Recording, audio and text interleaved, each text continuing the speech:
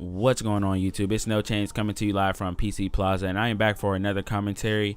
We're back for another episode of my Philadelphia Eagles owner mode here in Madden 16. This week we will be facing off against another NFC East opponent in the Washington Redskins, and we will be doing it on the road this time. This Washington team is practically healthy. They're only missing Jamison Crowder, but they have plenty of receivers to do damage even without him. They have Pierre Garçon along with Deshaun Jackson, and then they also have an X factor, I believe, in this game will be Jordan Reed. So we'll definitely have to watch him because we gave up big numbers to Tammy, pretty decent numbers to Witten, and then last week Jace Amuro tore us up. So we really have to watch the Washington Redskins tight end Jordan Reed. But to explain the move that I just made here, I put Walter Thurman at our second cornerback position because our cornerback Nolan Carroll just wasn't getting it done, and they have a lot of receivers that I think we'll need to cover. Like I mentioned, Pierre Garçon is who Thurman will be defending in this game, so he will have his hands full. But in place of Thurman at the strong safety spot, I went ahead and started Chris Maragos. You guys have seen him make a few plays throughout the first 3 weeks. He's a very good tackler. Hadn't really got a chance to see his ball skills, but there's only one way to find out. We're going to throw him right here in the fire versus a high-octane offense and see how things go, because right now we're 1-2 and our defense hasn't been playing well. So I'm trying new lineups and new things to sort of add to the chemistry and make this defense gel, because right now they're not playing too well. Hopefully we can get things back on track. But as far as our offense, we've been operating at a high octane ourselves. We have achieved top 5 offense in total yards so far through 3 weeks. Sam Bradford has been playing pretty well under the radar. Not a lot of people notice, but he has quietly led this offense to very good numbers. He's getting the ball to his playmakers, and then the run game in some cases is helping him out a lot. But so far he has 63% completion and then 8 touchdowns, 3 turnovers, 2 of them coming in the week 1 win versus the Atlanta Falcons. But we're getting things started early to Josh Huff for a gain of 11 over the middle, first down and 10. Bradford back to pass again, going to Jordan Matthews this time, who is going to push his way for a new set of downs. First down and 10 again. We're going this time. It's Brent Selleck who picks up 11, and this offense is on the move already. And we're handing this one off to Darren Sproles, and a nice run there for about a gain of 7. Third down and 1 coming up. Here is DeMarco Murray picking up another chunk of yards, and we move the chains once again. We're going play action this time to DeMarco Murray, and Bradford is looking for someone, and Ajira Tutu will almost come down with it, but will drop it at the last moment, and that's Bradford's first incompletion. Third down and 5. Jordan Matthews, the quick comeback route is enough for a new set of downs. After a negative run on first down, we're going to Matthews again, and we're really working that spot so far because they're leaving it open almost every time. And third down and 4 for this offense, and Bradford is scrambling around in the pocket, not sure what to do, gonna take it himself and get brought down hard, and that brings up fourth down, and the offense remains on the field. Slant pass to Riley Cooper, but it is thrown out of the back of the end zone. So the Eagles build up that steam on offense only to come away with no points. And here's Alfred Morris from the 6-yard line, brought down for a loss of 2. Third down and 14. They're going to Morris again, and he will be brought down in the end zone, and that is a safety. Connor Barwin making the play that time, reading the run play and making sure Alfred Morris did not escape that pocket. But here we're going a run play to RG3, and he's going to take this one for a gain of 11 versus his former team. Second down and 11. Bradford back to pass, going to fire this one into Brent Selleck, almost breaking that tackle. Third down and 4 coming up. Bradford back to pass over the middle to Darren Sproles. We all know how effective he can be out of the backfield catching the football. Third down and 5 this time. We're going over the middle to Ajira Tutu, and he's going to take this one to the 20-yard line. Handoff this time to DeMarco Murray. He's up the middle for a gain of about 13, and we are from the 4-yard line. Third down, we're going to Zach Ertz. He will be brought down again. The Eagles are facing fourth down and goal for the second time, and will be stopped short for the second time. So this is looking a lot like deja vu. First down and 10. Kiko Alonso. I'm sorry, that's Michael Kendricks up the middle. bringing down Kirk Cousins for another safety. So this is looking a lot like deja vu. Let's get a different result from our offense. And Riley Cooper is up the sideline off of the post route for the touchdown. And that is a 77-yard touchdown from Sam Bradford to Riley Cooper. We saw something similar to this versus the Falcons, and the two connect again for a very explosive touchdown. And standing there strong in the pocket was Bradford, feeling the pressure but still getting out an accurate pass, and doing the rest is Riley Cooper. Not the speediest receiver, but still somehow finds a way to get a lot of yards after the catch. Nice play there by him. And Kirk Cousins take this one for a gain of 9. They're going to Alfred Morris. They have a nice run of their own, and they're into Philadelphia Eagles territory from the 42-yard line. 3rd down and 11. Kirk Cousins is back to pass. Laying out for the catch is Jordan Reed, and that's Kirk Cousins' first completion of the day.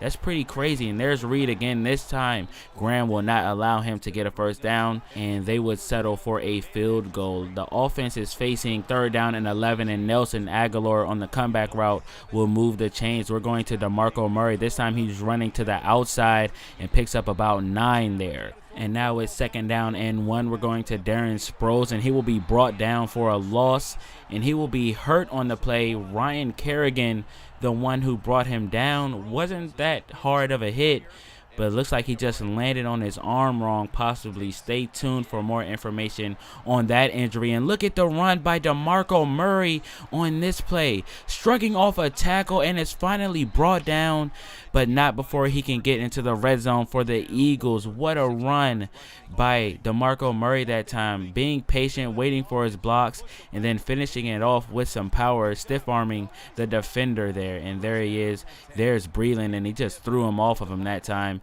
And like I said, we are set up in business inside of the 15-yard line. Things are looking good for this offense, and the Eagles are off to a fast start. We're handing it off to DeMarco Murray again, and this time he'll lose a few tackles on his way to a gain of about 8, and we are working from the 7-yard line now. But there is the injury to Darren Sproles. He has a fractured shoulder blade, and he will not be able to return for the remainder of the season.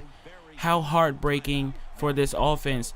But this offense is going for it for the 3rd time in the first half on 4th down. And the 3rd time is the charm as they finally get into the end zone.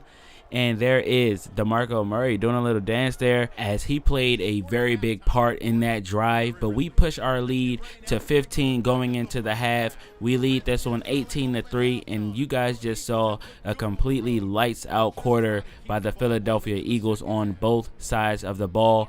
We were having some success running the ball as well as passing the ball, and on defense we got not 1 but 2 safeties, and that got us 4 points. So great plays on offense and defense through the first half. Let's see if we can finish this game out. And there is Bear knocking down Kirk Cousins for a sack that time. 3rd down and 11 ensues. Kirk Cousins, very nice pocket back to pass, has all night and day. Gonna fire this one into Deshaun Jackson, but he will be stopped before he can get a first down. That was a gain of 10, but still not enough to get the first down. They would have to punt. We're going play action after we get the ball back, and Bradford has nobody pressuring him. He's going deep to Jordan Matthews, and he will come down with it, snatching it from D'Angelo Hall and making sure that he was never going to come away with that interception. Great hands by Jordan Matthews. We love to throw it up to this guy because he's had so much success with these spectacular catches. And look at the truck move there on D'Angelo Hall after he comes down with the ball. Before he can even hit the ground, he's being trucked by Jordan Matthews. And here is Bradford scrambling, going for the end zone. Almost there at the 1, and brought down just before he crossed the plane, and he is hurt on the play. and RG3 has a chance to come in versus his former team. Stay tuned for more info on that injury. But in the meantime, RG3 will get a 1-yard touchdown run versus his former team. Without a doubt, I would say Chip Kelly drew that one up for RG3 because he knew it was versus his former team. But we would get the ball back from the Redskins following that score from the 2-yard line, and we had full control of this game. We are winning 25-3, and look at the touch pass by RG3 there, finding Josh Huff for a nice gain of 32 that time. Later on in the drive, it is 3rd down and 9 in the first play of the 4th quarter. We're going screen to Ryan Matthews. He jukes and picks up a 1st down. We don't get Ryan Matthews the ball too much, but that will change in weeks to come. And we get an interception thrown by RG3. I don't have a feeling this will make a big difference in the game, but we will have to find out. RG3 trying to get that one into Jordan Matthews. Nothing doing that time, and the Redskins have the ball back, and they pick up a gain of 10, and they have a chance actually to storm back into this game. There's a lot of time left. 3rd down and 2, they're going to Ryan Grant for a nice gain there. 3rd down and 8 later on in the drive. Cousins back to pass. Going to throw this one over the middle to Niles Paul. And they are now facing 4th down and 2. They're going to Pierre Thomas. Did you guys forget he was in the league?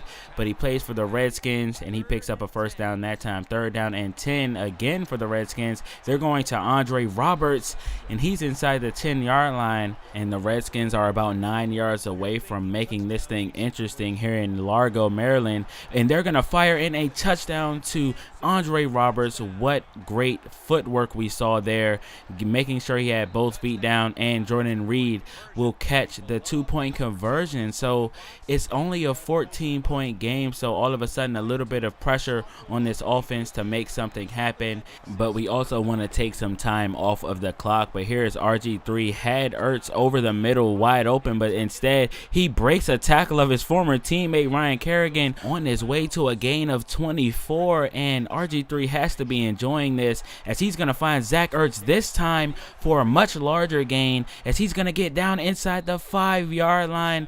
That very nearly could have been a pass touchdown for RG3, and there he is. This time he's going to fumble the football.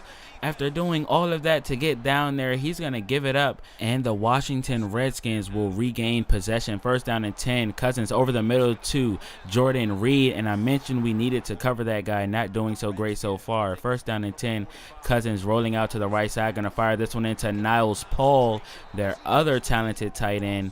And time is starting to tick for the Redskins, as they're going to fire this one in to Pierre Thomas, making some plays, catching the ball out of the backfield. 2nd down and goal for the Redskins. Kirk Cousins is going to have his pass intercepted by Malcolm Jenkins off of the tip drill. Great play by our defensive backs, keeping that one in play. And then finally, Malcolm Jenkins coming down with it, going to the ground to make sure he secured the catch. And that will do it for the Redskins, who came into this game with a record of 2-1, leave their home stadium now at 500 with a record of 2-2.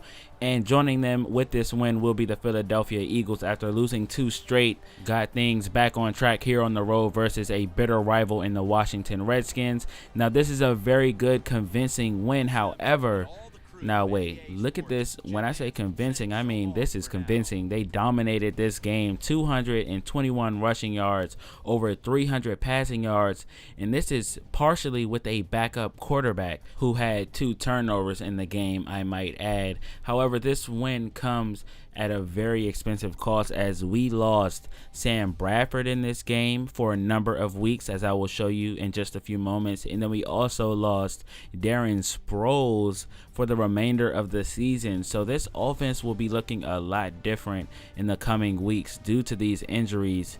So it's very sad to see Sam Bradford go down, but I did plan for something like this to happen. Last week, as you guys know, I traded for RG3, and he will be getting his fair share of playing time due to this injury, and I'm going to show you guys in just a moment, so make sure you guys stay tuned. But nonetheless, I hope you guys are excited. Your Eagles are 2-2 and have a chance to get things going in the right direction, but it won't be easy with these injuries. Now, you guys can finally take a look. Sam Bradford will be out with broken ribs for 5 weeks.